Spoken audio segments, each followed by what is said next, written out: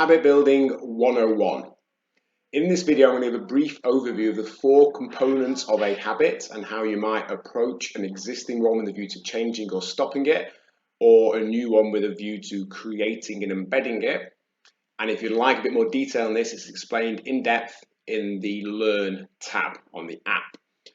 Just while I'm at it, there's always a massive correlation between those that use and complete the Learn tab and go on to achieve the results they joined for and told me were important, and those that don't and don't.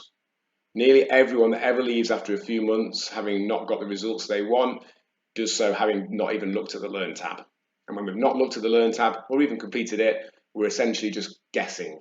We're guessing what to do most of the time outside of the sessions, and we're approaching it with the same mindset we've approached everything we've approached before, which is, I know what I need to do, I just need to do it.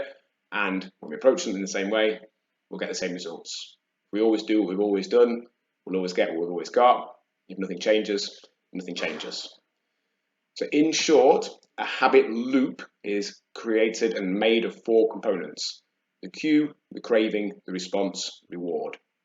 The cue is the thing that instigates it. It's the thing we see, the time of day it is, the place we arrive at, the feeling we're experiencing, the words someone else says.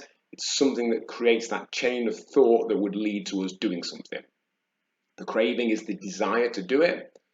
The response is the thing itself. It's the eating a certain thing, the going for a workout, the booking in for a session, the whatever it may be. The reward is the perceived benefit that we get from it. And only by recognizing where those 4 components lie within the habit we're looking to change or create do we stand a particularly good chance of doing so. So for the cue, if it's something we're looking to stop doing or do less of, how can we make it more hidden? How can we make it so we don't see that thing, that we don't feel that way? We're not exposed to the stimulus that creates that thought process in our head. Or conversely, how can we make it so it's more obvious? How can we make it so we're more likely to start thinking about the thing that we want to do more of? For the craving, how can we make it more or less desirable? For the response, how can we make it harder or easier? The thing we don't want to do as much of, can we just make it more difficult to do? We don't have that thing in the house, it's harder to actually do it for some reason, or as easy as possible. We've got our workout gear already in the car, we've already planned some of the things around it so it's easy to happen, whatever it may be. And the reward, how can we make it so it's immediately beneficial? Not, we're glad we did that because it will make us feel and look better in 6 or 12 months. How can we make it as an immediate reward or a lower one?